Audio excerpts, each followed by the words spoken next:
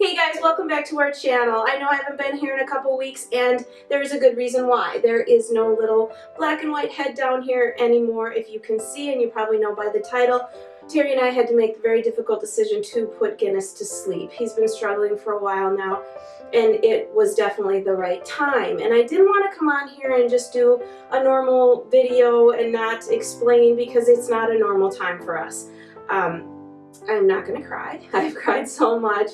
But I thought that I could go through our experience and maybe help some people that have never been through it before. I, unfortunately, have been through it probably 5 or 6 times. My dad was, you know, the tough guy who always had the hunting dogs. But boy, when it came down to putting his dogs to sleep for their best interest, he just couldn't do it. So I would do that for him. My mom and I would do that for him. And so I've been through this before. I thought that maybe I could shed a little light on the procedure and maybe have it not so unknown to you guys that have to make this decision. So that is what we're going to do today. We were very, very lucky with Guinness. Our children were home. All 3 of our sons were home over Thanksgiving. We knew this time was coming, so they were able to say goodbye. They knew that there probably would be a good chance that he wouldn't be here at Christmas. So they were able to say goodbye to him. We were able to go on some walks with him and just really focus on him. So that was wonderful. It wasn't a surprise when I called them and told them what had to happen. But anyway, we were very lucky there. As far as how Willy and Tilly are doing, I have noticed a couple things. I've noticed that at dinner time they're wondering where Guinness is because Guinness would finish their food.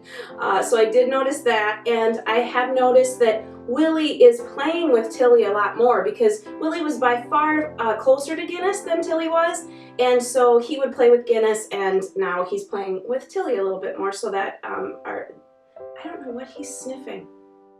He's sniffing something over there. What is it? No, you're not going to get down. Okay, so I'm going to just tell you a little bit about our experience. For me, the hardest point is when you make the call to the vet and you're waiting to go. That is by far the most difficult part for me, and getting to the vet. But once we get to the vet, they're so they just sent us, I don't have it up here, but they just sent us a card. Our vet is so wonderful.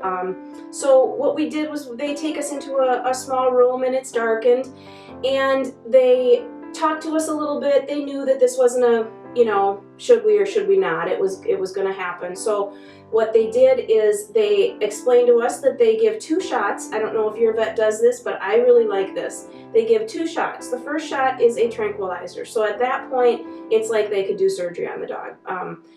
They give them the tranquilizer first. And after she did that, she left us alone in the room. And so we were able to... This is hard.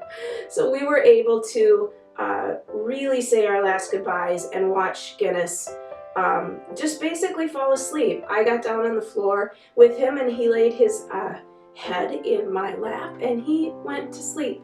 The thing that we noticed the most, I looked at Terry at that point and I just said, you know, he's calm, because Guinness had such anxiety. Besides the medical issues with him, he had such anxiety and he was always anxious. So he was just very calm and it was very, very peaceful. They left us for probably about 15 minutes and we were able to say a lot of things to him. Whether he knew it or not, it did help us. So we did that, and then they come in and they administer the last shot. Now Terry and I do not want to stay for the last shot. That's just our choice. It may be different for you. You may want to. I have heard that some dogs struggle with their breathing a little bit with that last shot, and so we choose to leave at that point.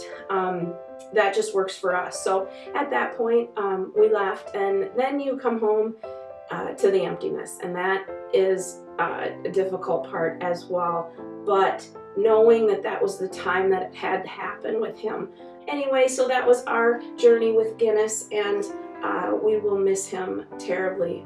But I do really feel, and you may feel differently, and I respect that if you can respect my feelings, but I do feel like it is our responsibility when we get a pet in our life to treat them the best way we can, but also to know when to stop their suffering. And that is so very difficult. That's going to be it for this video. We will be back next week with one more Christmas video, and we'll see you then. Bye-bye.